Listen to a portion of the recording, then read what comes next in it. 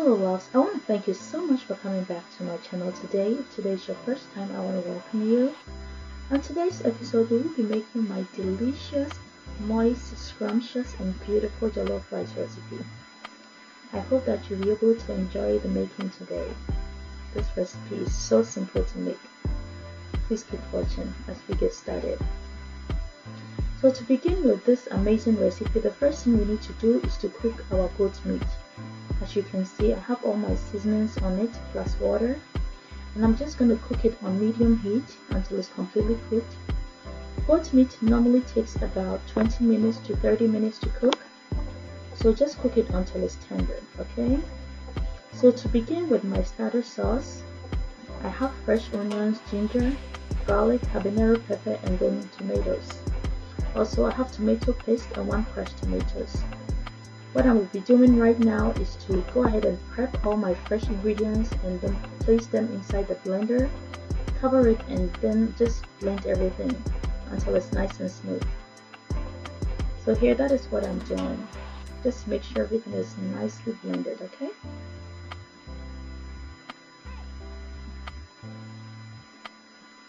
After blending all the fresh ingredients, I'm just going to pour them in a nice clean bowl and then set it aside for the tomato stew. Jollof rice is not jollof rice without fresh ingredients. This is where most of the flavor is coming from. So as you can see, our goat meat has finished cooking, so I'm scooping everything out of the stock and I'm setting them aside in a nice plate. So the next thing I want to do now is to pour the goat meat stock inside a different bowl and set that aside as well. We're going to need that for our jollof rice. This stock is packed with flavor, okay? So to proceed in making the stew, the first thing I want to do now is to fry the goat meat. My reason for doing this is to extract the flavor from the goat meat, to extract the juices and also the seasoning, okay? So I'm going to fry it in the oil for about 10 minutes. And when it's nicely fried, I'm going to scoop it out and then set that aside. So here I'm just placing everything inside the oil.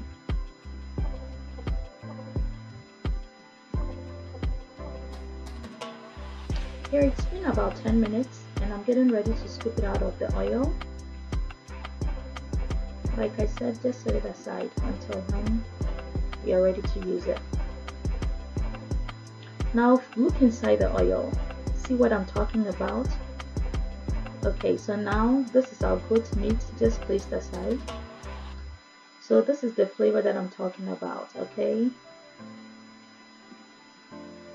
Now I can go ahead and scoop in my fresh sliced onions and then cook it with the flavored oil, okay? And I'm gonna have it cook until it's translucent, and when it's ready, I'll add in the additional ingredients. So here it's been cooking about 3 to 5 minutes and I'm ready to add my tomato paste.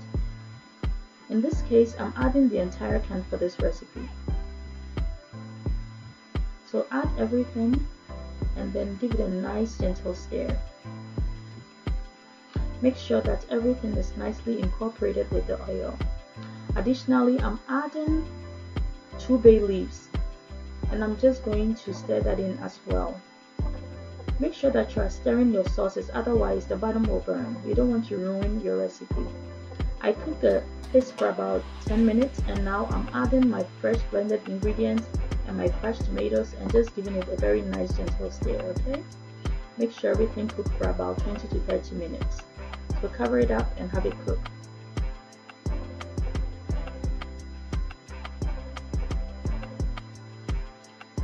So our sauce has been cooking for about 20 minutes and I'm adding the seasoning stocks. Here I'm adding maggie cube, shrimp cube, and then chicken bouillon seasoning. I'm just going to allow it to continue cooking, okay?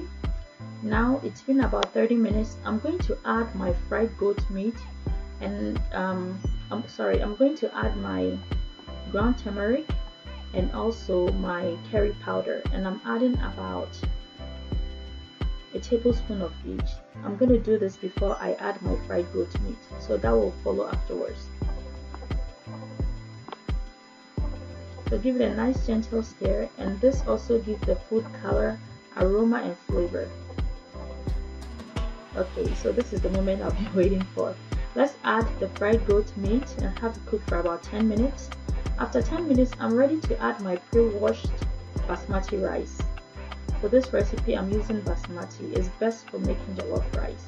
Go ahead and stir everything nicely inside the tomato sauces. Make sure that it's nicely incorporated, and then let the tomato sauce steam the rice.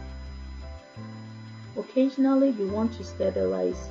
Follow this step until the rice is completely cooked, okay? Because you don't want the bottom of the jollof rice to burn. If you have guests eating this, they will think that you are a bad cook, but you don't want that. So I just added a little bit of my goat meat stock, and I'm just giving it a stir, okay? Keeps it very moist and very delicious. Wow, look at that. After 15 minutes, our goat meat jollof rice is ready. I'm just fluffing it for you to see how moist it is. And just look at the color. Look at how scrumptious it looks. Look at how beautiful. I hope you'll be able to give this recipe a try and share your experiences with me. I'd love to know. I want to thank you so much for coming by today. Please do not forget to share, to subscribe, and to like. Also, if you should have any questions at all, do not forget to leave them down below for me, and I'll get back to you as soon as possible. Once again, thank you for coming by. I love you all so much. Until next time, goat meat jollof rice recipe. Bye for now. I'll see you in my next video. Bye-bye.